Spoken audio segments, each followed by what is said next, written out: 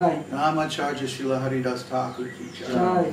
Prem Shikaho Shri Krishna Chaitanya Prabhu Nityananda Shri Advaita Gadadhar Shri Vasari Gaur Bhaktivinoda ki jai. Shri Shri Radha Krishna Gopa Gopinath Shamakun Radhakun Giri Govardhan ki jai.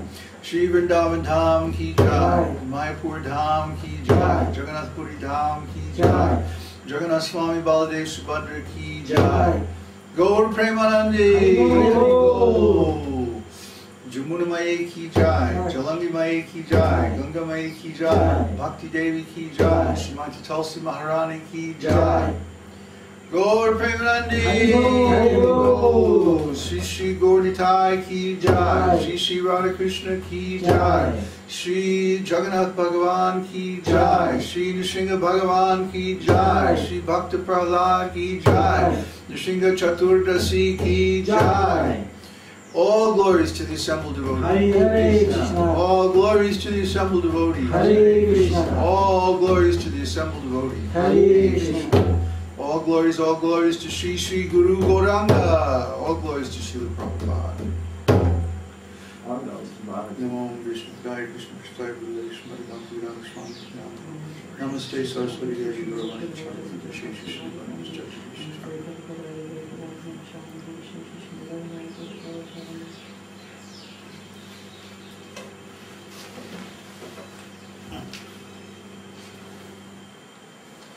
So welcome to our Sunday Satsang, and today's a very special day because it's Nṛsiṁha-caturdaśī. So Lord Nṛsiṁha appeared in the very early days of this universe to save his devotee, Prahlāda, and also to show that his devotee is always truthful. Because Prahlāda was explaining to his demoniac father, oh, Lord Viṣṇu is everywhere. And his father said, you mean he's even in this pillar?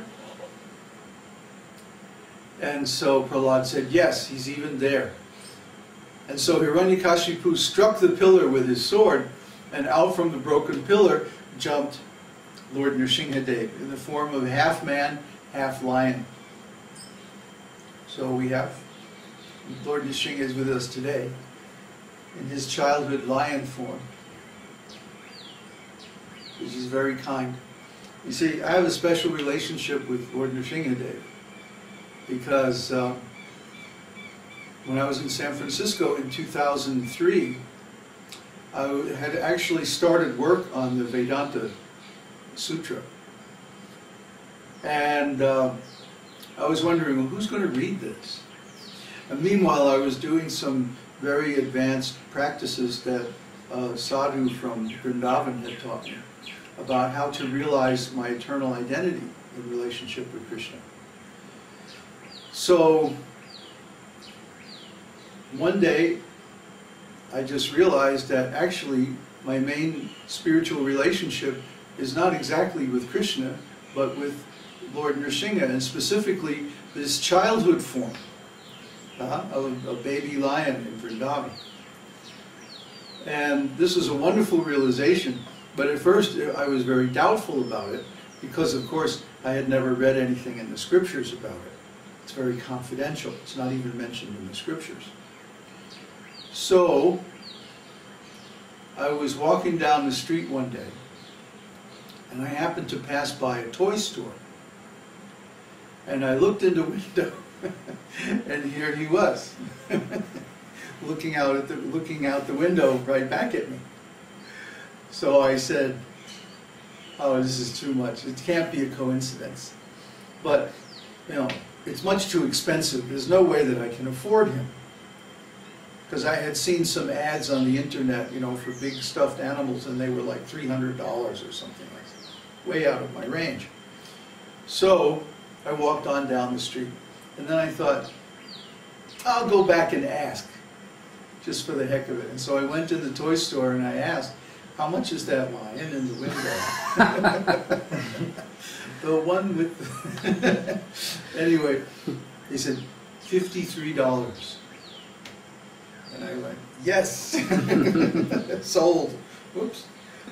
Anyway, he's been with me ever since, my faithful companion and friend.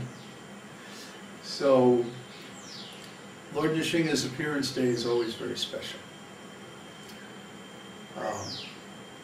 And if you want to know more about Lord Nṛsiṁha, on our website, in the upper left-hand corner of every page in the main site, is a picture of Lord Nṛsiṁha, looking very beautiful, golden color. And if you click on that picture, you will go to the complete story, complete narration of the story of Lord Nṛsiṁha as given in Srimad Bhagavatam. So instead of telling the whole story right now, I'll just, if you don't know it or if you haven't heard it, I would recommend that you go to our site, esotericteaching.org, and click on the lion picture, and then you'll get the whole story in much more detail than I could tell it right now. Today I want to talk about consciousness. And especially I want to talk about the ontology of consciousness. And specifically, how the ontology of consciousness is revealed in Vedānta-sūtra. Most of you know I'm doing a literary project of updating our Sampradaya's commentary on Vedānta-sūtra for the present day. And what that means is basically I'm taking the commentary and I'm adding background material to explain the issues and topics that are being discussed, because Vedānta-sūtra is very esoteric.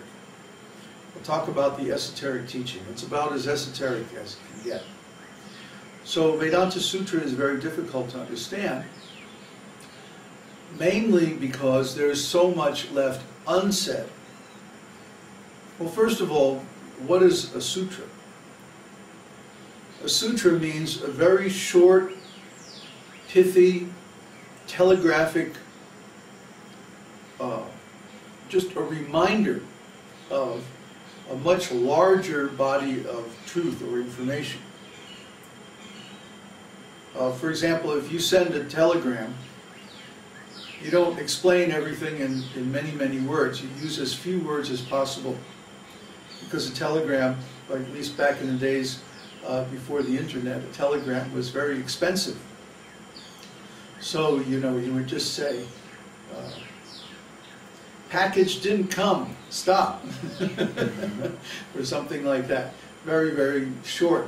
So a sutra is similar. A sutra tries to tell a story or explain a truth about spiritual life in the most economical way, the fewest words possible. And the way I usually explain this is that Vyasadeva had been instructed by his spiritual master, Narada Muni, to write about the pastimes of the Lord.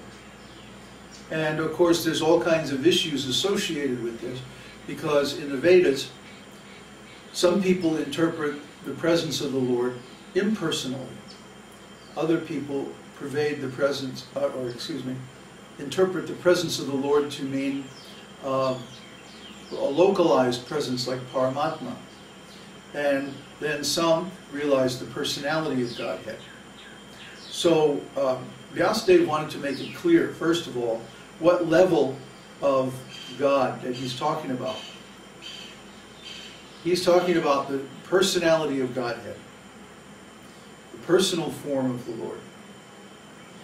And then he wanted to make sure that everybody understood all these different issues in the Vedas that seem to refer to other things. The Vedas are very extensive. They're very voluminous. And they talk about all kinds of things. But he wanted to make it clear that the real intent and purpose of the Vedas is to talk about Brahman, or the personality of Godhead. So just like, for example, if I was writing a book about musical composition, I might begin the book by explaining about scales, chords, even the intonation of the notes that we're using for composition, the different harmonic values, and a whole system of theory for understanding the structure of music and so on and so on and so on. And then only at the end of the book I might get into the actual subject of musical composition, because you have to know all these other things in order for those topics to make sense. Similarly, the Vedas talk about many different things. They talk about sacrifices. They talk about inquiry from a spiritual master. They talk about even fruitive work, the different duties of the different orders of society, like the Brahmanas, Kshatriyas, Vaishyas, and Shudras, and so forth. So there are many topics in the Vedas that appear to be different from their real subject matter. So Vyasadeva wants to clear it up once and for all, that the Vedas are actually about Brahman. And by Brahman, we mean the personality of Godhead. He wants to make this very clear.